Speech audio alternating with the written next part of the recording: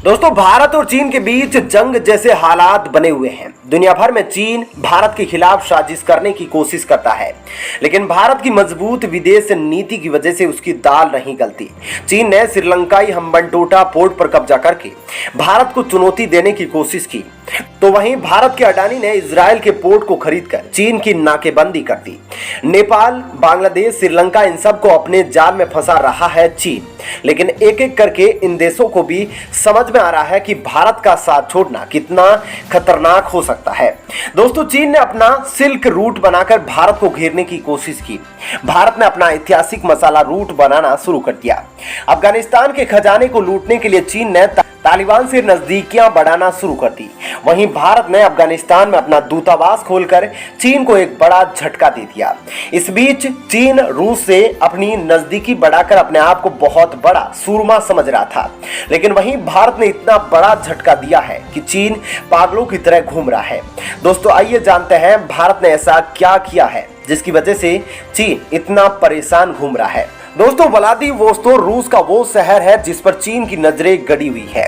दोस्तों, कहीं ना कहीं चीन को अब इस हिस्से को लेकर घबराहट होने लगी है, क्योंकि प्रधानमंत्री मोदी जी ने कुछ ऐसा कर दिया है। रूस के पूर्व में उपस्थित इस हिस्से से भारत के कई हित जुड़े हैं।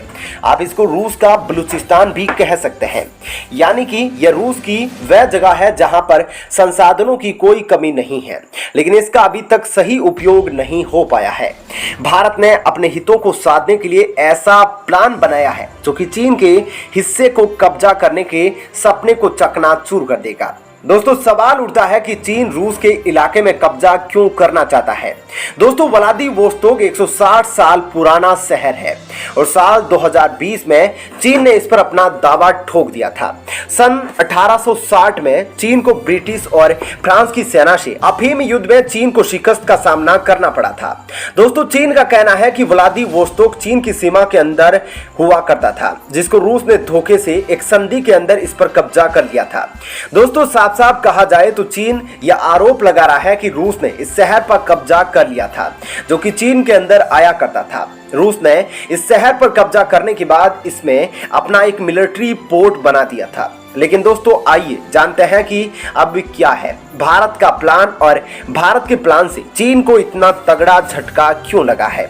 तो दोस्तों, भारत ने चीन को झटका देने के लिए जो प्लान बनाया है उसका नाम है चेन्नई व्लादिवोस्तोक मैरीटाइम कॉरिडोर। दोस्तों, इस कॉरिडोर के जरिए तमिलनाडु की राजधानी चेन्नई को रूस के इस शहर से जोड़ना है।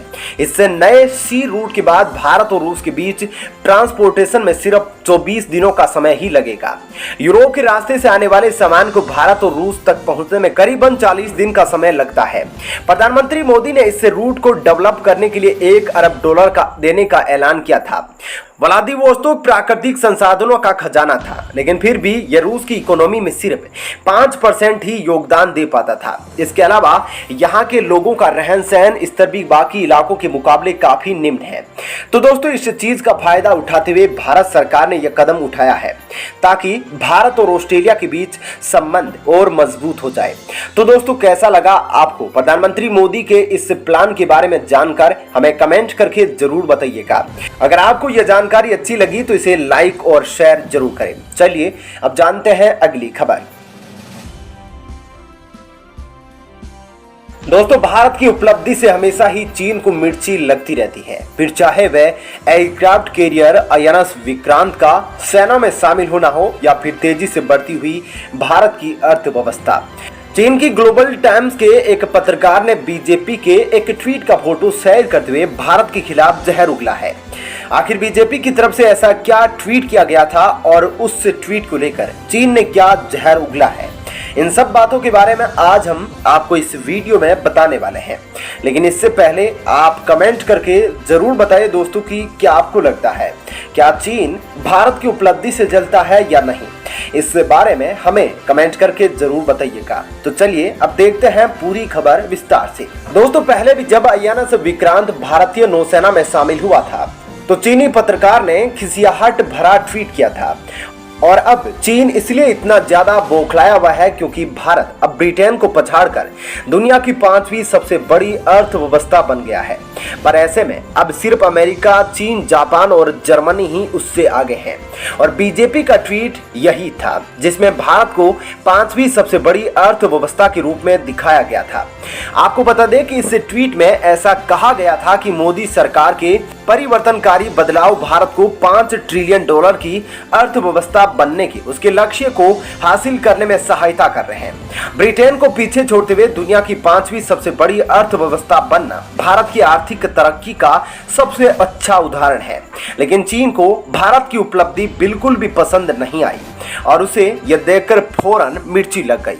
और इसके बाद ग्लोबल टाइम्स के पत्रकार ओसी जन ने अपने ट्वीट में भारत के खिलाफ तंज कसते हुए लिखा कि भारत ब्रिटेन को अपना उपनिवेश बनाना जारी रखेगा और वह यूके का भारतीयकरण भी कर सकता है। एक दिन भारतीय उच्चारण के साथ अंग्रेजी दुनिया भर में सबसे मानक अंग्रेजी बन जाएगी और अंग्रेजी सीखने वाले विदेशी भारतीय उच्चारण सीखेंगे।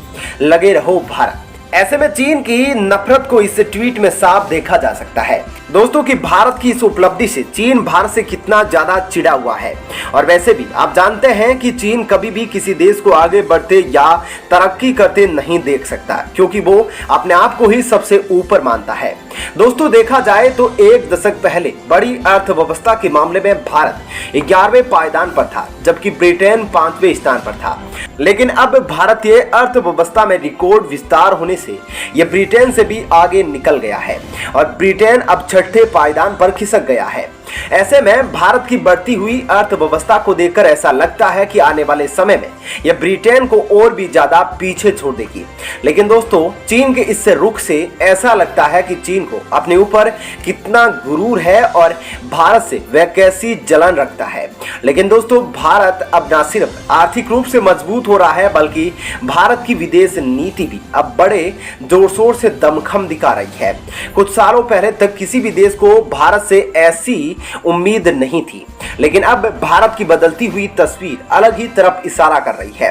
लेकिन चीन को अब भी यह समझ नहीं आ रहा है और इसलिए भारत ने चीन को वक्त पर करारा जवाब दे दिया है। और दोस्तों भारत की इस कामयाबी पर रूस भी सच्चा दोस्त होने के नाते भारत के साथ है।